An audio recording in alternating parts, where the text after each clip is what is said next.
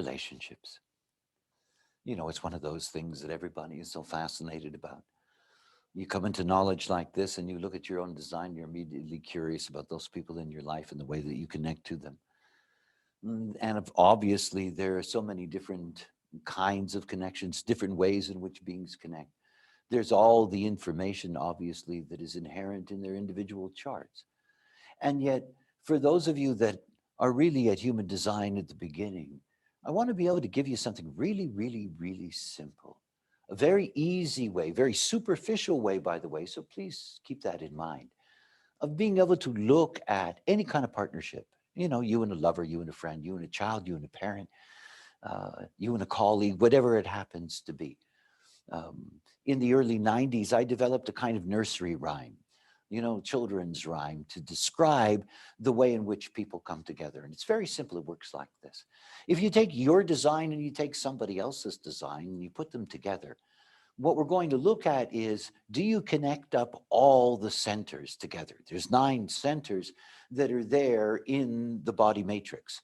So this is a question of whether centers are all going to be defined or not.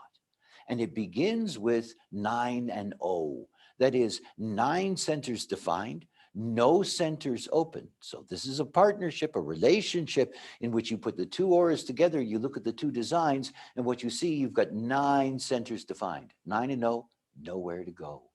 It's the kind of relationship that locks you in. It's the kind of relationship that, in fact, doesn't let others in as well. And of course, this isn't about good or bad, because it can be wonderful if it's working and it can be horrible if it's not. It's simply about understanding the mechanism. It's a 9 and O. There's nowhere to go. And then there's an 8 and 1. Now that 1 is an open center, 1 open center. And the 8 and 1 is have some fun. And have some fun indeed. For a relationship, that open window, that single open window, gives them something that they can both go out and meet together. It is something that can, in fact, enrich their relationship, allow them to get away from the tensions within their relationship that arise in any normal relationship and have a common outlet where they really can go in a direction together. 8 and 1, have some fun. 7 and 2, work to do. And work to do because there are 2 windows now. It's not the same thing. It's not like an 8 and 1. Now there's the possibility that one partner goes out one window and the other partner goes out the other to escape each other. And so in the 7 and 2, there is always, in any relationship, work to do. And then there's 6 and 3. Well, that's better to be free. In 6 and 3, you have 3 open centers. There are always going to be all kinds of distractions.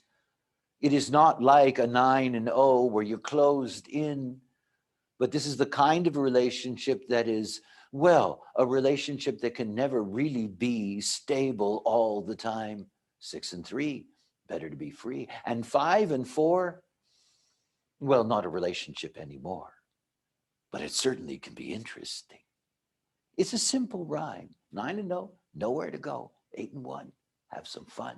7 and 2, work to do. 6 and 3, better to be free.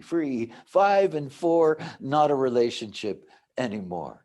Well, there's your nursery rhyme guide to relationships. Enjoy it.